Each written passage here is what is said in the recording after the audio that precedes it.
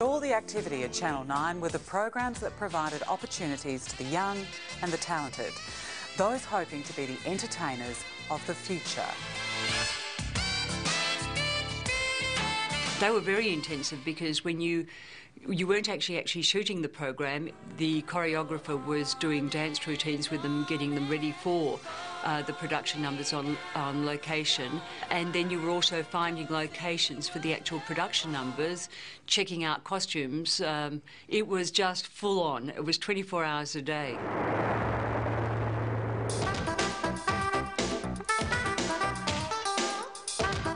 Well, I think that there is a notion down the East Coast, of course, that when certain people appeared, that they somehow miraculously appeared without any TV experience whatsoever. But a few of the people who later became quite well known down the East Coast, for example, Jo Beth Taylor, who later went on to host the Channel 9 Funniest Home Videos, in fact was a contestant on one of Perth's Young Entertainers, and she was then employed as a regular.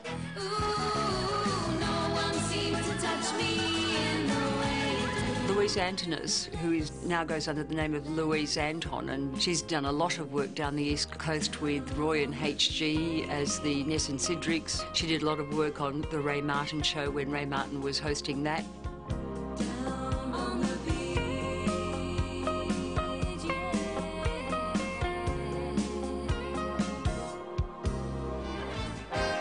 For others, the Channel 9 shows were launching pads to successful careers. Natalie Gillespie and Tammy McIntosh, a budding young actress. So do our minutes hasten to their end, each changing place with that which goes before.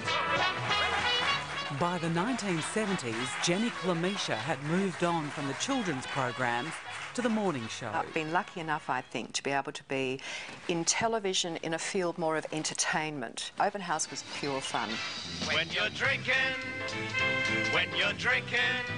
You're not talking about Watson Martineau. I'm still dealing with them. They're still rogues. They set a trend for entertainment, I think, in Perth, where people could drop their guard a bit and, you know, have a little fun with. Don't take each other too seriously. I don't know. I've seen you at 6 o'clock in the morning a few times. Don't you lie. It's another one of those. Coming off the shift at 6 going wide. Yes.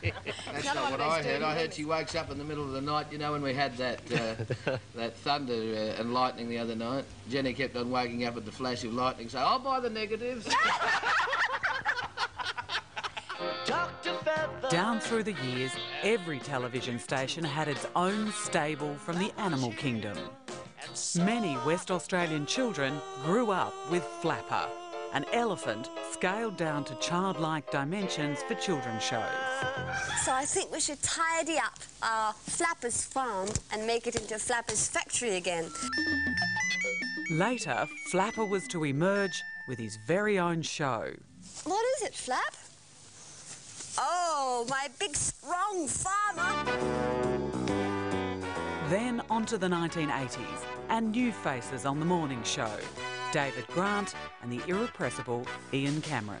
This is the unflattering caption, as someone said to me. That's very unflattering. And I said, but by God, it's honest, isn't it? Dean just happens to be with us today. Dino, come on in. If you'd like to come over, Dean, and have your lights punched out.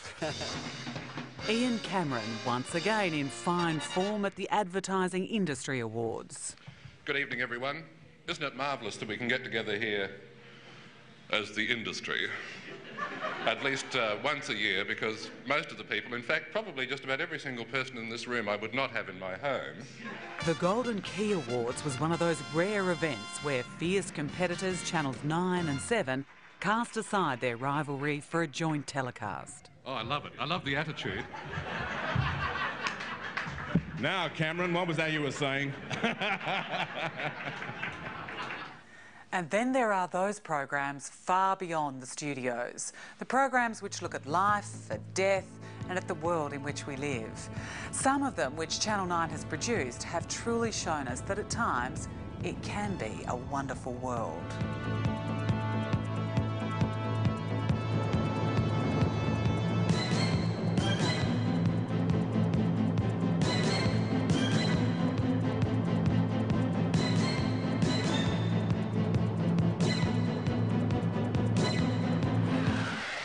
Guy Baskin was one of WA's most prolific filmmakers, contracted to Channel 9. One film from his Wonder of Western Australia series captured the very first pictures of the Bungle Bungles, focusing world interest on that unique geological wonder. Another film, another exclusive. Baskin granted rare access to the gruelling selection process of the Army's elite SAS.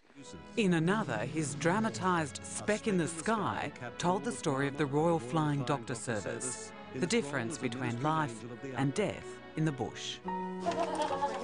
The saddest of deaths was captured by another Channel 9 filmmaker. Carol Kerr's They Said Don't Worry, the story of a courageous young mother's battle with a terminal disease, went straight to the heart of the public. And then you won't need to cry, will you? No. You can cry a little bit. Yes. But there'll be lots of people to look after you, won't there? Channel 9's filmmaking was wide in scope, diverse in subject. Time Capsule at 3 fathoms took viewers beneath the Abrolhos Islands waters for an exclusive look at a major maritime recovery, the wreck of the Batavia. And the great, silent cannon reluctantly leaves its resting place, bound for the world above.